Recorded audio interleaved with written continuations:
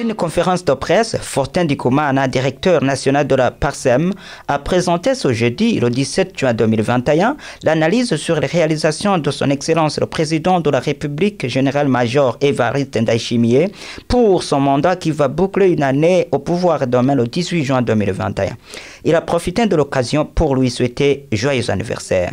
En principe, la PARSEM reconnaît avec gratitude deux plans stratégiques qui ont été adoptés par le gouvernement dont il est chef. On citerait la relance économique considérable à travers le slogan "Umunwa wose uronke ico ufungura n'umufuko wose uronke amafaranga". La bonne gouvernance et la lutte acharnée contre la lutte et toute forme d'injustice ainsi que la corruption. Selon lui, malgré la pertinence de ces décisions, les instances étatiques ralentissent la mise en application de ces dernières car il s'observe vraiment qu'il y a d'experts pour y arriver. Selon Faustin Ndikumana, le gouvernement devrait penser à faire ce qui suit. Il ne faut pas que le Burundi reste toujours au dernier rang du classement économique international. Il faut que le gouvernement crée des stratégies pour se retirer de cette situation. Les infrastructures d'intérêt public suffisantes, les routes, les bâtiments, les barrages, les terrains de football qui puissent accueillir des compétitions internationales, hôpitaux et autres doivent être mis à pied. Le gouvernement devrait relancer le budget annuel pour accomplir certaines de ces tâches. Mener une lutte considérable contre l'endettement, sachant qu'il connaît une dette de 3 700 milliards de dollars américains, soit 2 fois plus le budget annuel. Disponibilisation de devises, combattre la hausse des prix de produits de Burundi, le sucre, le ciment et bien d'autres. Il faut qu'il y ait la transparence budgétaire.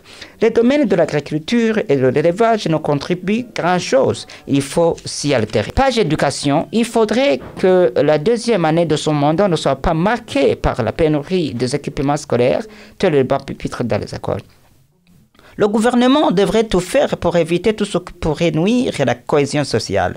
Concernant la présentation des réalisations de l'État, ça ne devrait pas être la tâche du porte-parole du gouvernement qui s'en charge.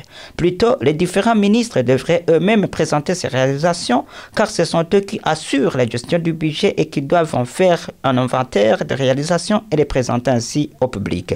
Suivez Faustin Ndikumana, il est directeur général de PARSEM. Au niveau de la redevabilité, après cette année, nous insistons que les ministres doivent constituer un outil rempart pour mise en application des stratégies opérationnalisant la bonne volonté du président de la République. Parce que même s'il met de bonnes annonces au président, si l'administration et le gouvernement restent amorphes, on ne verra jamais de résultats, je crois. Il n'y aura jamais de résultats. Il faut secouer le gouvernement.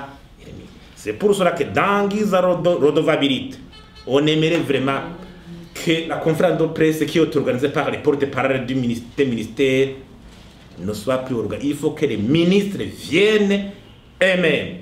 Ils sont redevables devant les citoyens au Parlement. Un porte-parole n'est jamais invité au Parlement. Ils sont redevables. Ils gèrent le ministère, ils gèrent l'argent.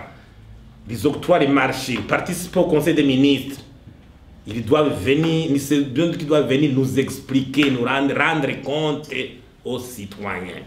Même dans les débats des émissions, il faut un nouveau gouvernement normalement se caractérise par des débats réguliers pour convaincre, pour réformer, même changer les mentalités, réformer et certaines lois ou faire changer certaines pratiques. Il faut que les ministres viennent dans les débats, des fois pour que le peuple burundais soit éclairé sur leurs actions et leurs missions.